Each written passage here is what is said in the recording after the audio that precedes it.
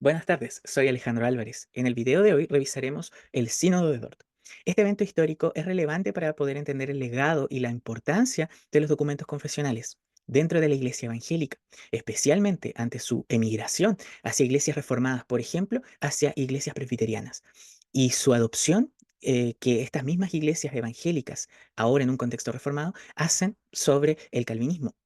Además, al revisar este asunto, se evitará tener consideraciones anacrónicas y ayudará también a tener una comprensión profunda de la teología. Por lo tanto, en esta ocasión, de manera breve, revisaremos los propósitos de este sínodo, su funcionamiento, los resultados y la relevancia también que tiene para el día de hoy. Entonces, ¿por qué surgió el Sínodo de Dort? En primer lugar, para abordar una crisis en los Países Bajos, ya que las provincias estuvieron cerca de una guerra civil. A modo breve de contexto, estos países estaban compuestos de 17 provincias. Tenían influencia reformada de calvinistas ginebrinos y también franceses. Estos establecieron congregaciones de convicciones reformadas bajo un gobierno reformado, adoración reformada y una piedad reformada. Lamentablemente, con el pasar del tiempo, sufrieron persecución de parte de Felipe II de España. En medio de toda esta crisis, surge una persona que está aquí presente en nuestra diapositiva llamada Jacobo Arminio, que era un teólogo y pastor con educación reformada. Realizó escritos en donde en él abandonó sus opciones calvinistas en relación a la predestinación. Generó mucha controversia. Sus enseñanzas y también su relación con sus diferentes amistades generaron una influencia gigantesca dentro de los Países Bajos.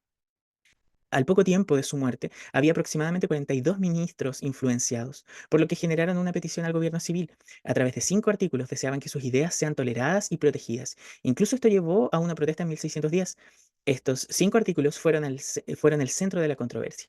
Un líder del gobierno civil llamado Johan van Oldenbarnevelt, que está también ahí en pantalla, trató de mantener todos estos comunicados, estas teologías en secreto para que los calvinistas no lo supieran. Sin embargo, fue inevitable que todo este pensamiento se esparció ahí dentro de los Países Bajos y los calvinistas quisieron tomar medidas disciplinarias contra todos estos ministros. Pero ¿qué ocurrió? Aquí Claudio Marra nos dice que el paso decisivo, sin embargo, fue dado en 1617, cuando Mauricio y toda su corte frecuentaron el culto en una iglesia gomarista, opositora de las ideas de Arminio. En resumen, Mauricio desarmó las tropas de los magistrados arminianos y después a las autoridades arminianas. En octubre de 1617, los estados generales, la más alta autoridad del país, decidió convocar un sínodo nacional.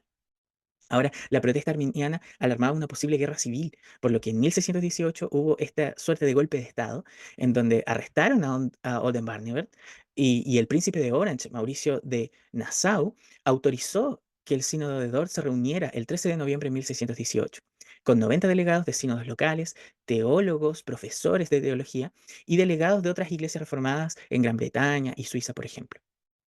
Ahora, ¿cómo se dio el funcionamiento en esta gran asamblea, como la podemos ver ahí en la imagen? Se puede dividir en 4 instancias principales. La defensa remonstrante que se dio en el inicio, en donde se expusieron los puntos arminianos. Cuenta también los historiadores que Johannes Bogerman, quien era el moderador en ese momento de ese sínodo, se impacientó por lo que estaba escuchando respecto a estas doctrinas que defendían los remonstrantes. Y de hecho los despidió de la asamblea, no permitió que siguieran ahí. Posteriormente se armaron colegios o college entre las delegaciones que estaban presentes para entregar una respuesta teológica. Ahora, todo esto estaba con un alto nivel, ¿cierto?, de vocabulario que a veces parecía ser distante. Por lo tanto, se armó un comité de redacción para mayor comprensibilidad. Todo esto con un objetivo que veremos a continuación. Godfrey menciona que sugiere que los delegados eran conscientes de los diversos públicos que leerían sus cánones y se pusieron a hacer esos cánones lo más persuasivos posible para esos públicos. Habían 4 públicos que estaban esperando qué iba a ocurrir de este sínodo: la comunidad de creyentes reformados, los observadores que estaban indecisos respecto a estas controversias, los críticos arminianos y los líderes políticos ortodoxos. De esta manera, el sínodo asumió un propósito de poder instruir, edificar, pero también consolar al pueblo de Dios en medio de toda esta controversia. Ahora nosotros podemos ver que Godfrey también menciona cuáles fueron algunos de sus resultados. De gran importancia histórica adicional fueron las decisiones del sínodo sobre diversos asuntos de la Iglesia Nacional que debían ser abordados por un sínodo de toda la Iglesia. Estas decisiones en última instancia llegaron a ser conocidas como pro acta y post acta del sínodo, ya que se tomaron antes y después del trabajo sobre los cánones. Entonces podemos notar que el objetivo propiamente tal del sínodo no era realizar un resumen de la fe, ¿ya? Sino poder responder a los cuestionamientos de la época, rechazar el error, pero también edificar a la iglesia. En todo este proceso hubieron dos resultados, que es la pro acta y también la post acta. En la primera, hubieron varios resultados también, además de los cánones de Dort, que son los más conocidos también como los 5 puntos del calvinismo. Sin embargo, no fue el único trabajo que se realizó en todo este sínodo, ya que hicieron una nueva traducción holandesa de la Biblia llamada Statenvertaling. También se decidió instruir a los jóvenes a través del catecismo de Heidelberg. También hubo un cuestionamiento misionero en relación a una situación que se estaba dando. Resulta que los comerciantes estaban teniendo buena dicha dentro de esa tierra. Entonces tenían a siervos que estaban trabajando junto con ellos. Estos siervos estaban teniendo hijos, ¿ya? Entonces, en conformidad con la teología reformada, tenían una sospecha, una duda. ¿Los tenemos que bautizar? ¿Tienen que estar bajo este bautismo de infantes? Entonces el sínodo se propuso intentar resolver ese cuestionamiento con el objeto también de promover el Evangelio y también la misma doctrina reformada. Entonces se decidió en primera instancia catequizar a estos hijos. En la post-acta también hubieron varios resultados. En el principio, estos delegados internacionales que habían participado de toda esta sesión, en este momento ya se fueron. ¿Y qué es lo que asume también la Iglesia reformada aquí en esta zona? Se adopta la confesión belga, se realiza una suscripción vinculante entre la confesión belga, el catecismo de Heidelberg y los cánones de Dort, conocido también como las tres formas de unidad, que respondían también a estos artículos del arminianismo como ahora están catalogados bajo el TULIP, esta respuesta que entregó este sínodo: la elección incondicional, la expiación limitada, la depravación total, la gracia irresistible y la perseverancia de los santos. También algo un tanto desconocido es que se hizo un documento sobre el orden de la iglesia para los oficiales. Y por último, también se hizo un documento de cómo guardar y también cómo entender el sábado, porque le daban mucha importancia a guardar el domingo, a descansar del trabajo y también dejar ese día para actividades que sean renovadoras. Ahora, ¿cómo terminó este sínodo? Aquí nos dice Kim lo siguiente: el sínodo concluyó el 29 de mayo de 1619 con adoración y alabanza. Después de completar su trabajo, los delegados se reunieron en una iglesia local para terminar el sínodo con adoración, con Baltasar Livius predicando de Isaías 12, 1-3, que si lees el texto te vas a dar cuenta que trata de alabanza por la obra de Dios. Entonces, así se termina una asamblea, a través de la adoración al Señor. Entonces, ¿cuál es la relevancia para la iglesia de hoy? Yo quiero resolver esto en tres puntos principales. Y el primero es este propósito pastoral. En este sentido, debemos recordar que el lenguaje popular que adaptaron los cánones tenían un propósito pastoral: la edificación de la iglesia de Dios y el consuelo para los creyentes. Entonces podemos ver aquí lo que dice Vic y Lanning. Finalmente, el sínodo exhorta a todos los ministros a comportarse con respecto a las doctrinas expuestas en los cánones, piadosa y religiosamente, para gloria del nombre divino, para santidad de vida y para consuelo de las almas afligidas y edificación de quienes lo escuchan. Entonces, uno de sus legados es el uso de las escrituras y todas estas doctrinas que derivan de ella para la edificación del pueblo de Dios. En segundo lugar, tenemos este propósito evangelístico.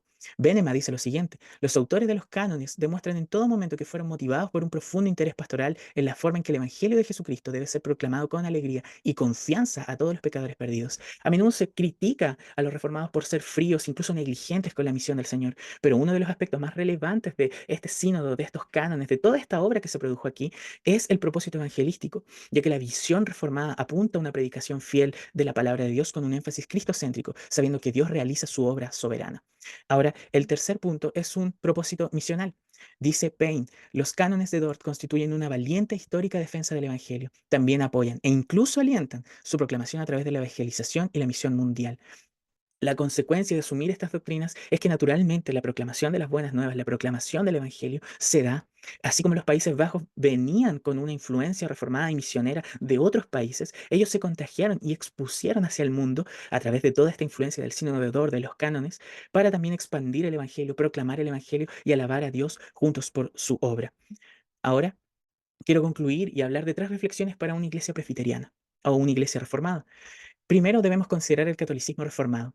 Si bien dentro del presbiterianismo no se suscriben a los cánones de Dort directamente, Su legado fundamentó el desarrollo de otras confesiones, como lo es, por ejemplo, la Confesión de Fe de Westminster. Se pueden apreciar dichas doctrinas dentro del documento, y esto nos habilita a nosotros para pensar en una relación con otras iglesias reformadas. Por tanto, un catolicismo reformado apuntaría a la unidad de las iglesias, a pesar de sus divergencias, por ejemplo, en la forma de gobierno, ya que en estos puntos doctrinales básicos, como lo son los que hemos comentado hoy día y centrales que estableció también el Sínodo de Dort, se forja la identidad de las iglesias reformadas en el mundo. Segundo, la ortodoxia, la ortopraxia y la ortopatía. Esta asamblea se dedicó no solo a resolver cuestiones doctrinales, sino que también resolvió piadosamente asuntos pastorales y misionales, y finalizó incluso con una gran doxología. A pesar de los contextos y discusiones que se pueden dar a nivel de asambleas o de sínodos, jamás se debe olvidar el enfoque de trabajar la ortodoxia, la ortopraxia y la ortopatía. Es decir, el trabajo eclesiástico que se realiza a través de la iglesia, los oficiales, es buscar las creencias correctas, las prácticas correctas y los afectos correctos, orientados en el amor a Dios, el amor a nuestros hermanos, pero también a la misión del Señor que Él nos encomendó. Y tercero, no reducir la teología reformada. Muchas personas han llegado a la iglesia presbiteriana a través de estas doctrinas, pero el desafío es no reducir la teología reformada a 5 puntos, ya que nunca fue el propósito del Sínodo de Dort resumir estos compromisos confesionales, sino que su propósito fue entregar una respuesta a 5 errores doctrinales, promover unidad, enseñar a la iglesia y motivar a una vida piadosa. Eso es amor a la iglesia y es fruto de la obra de Dios. Gracias.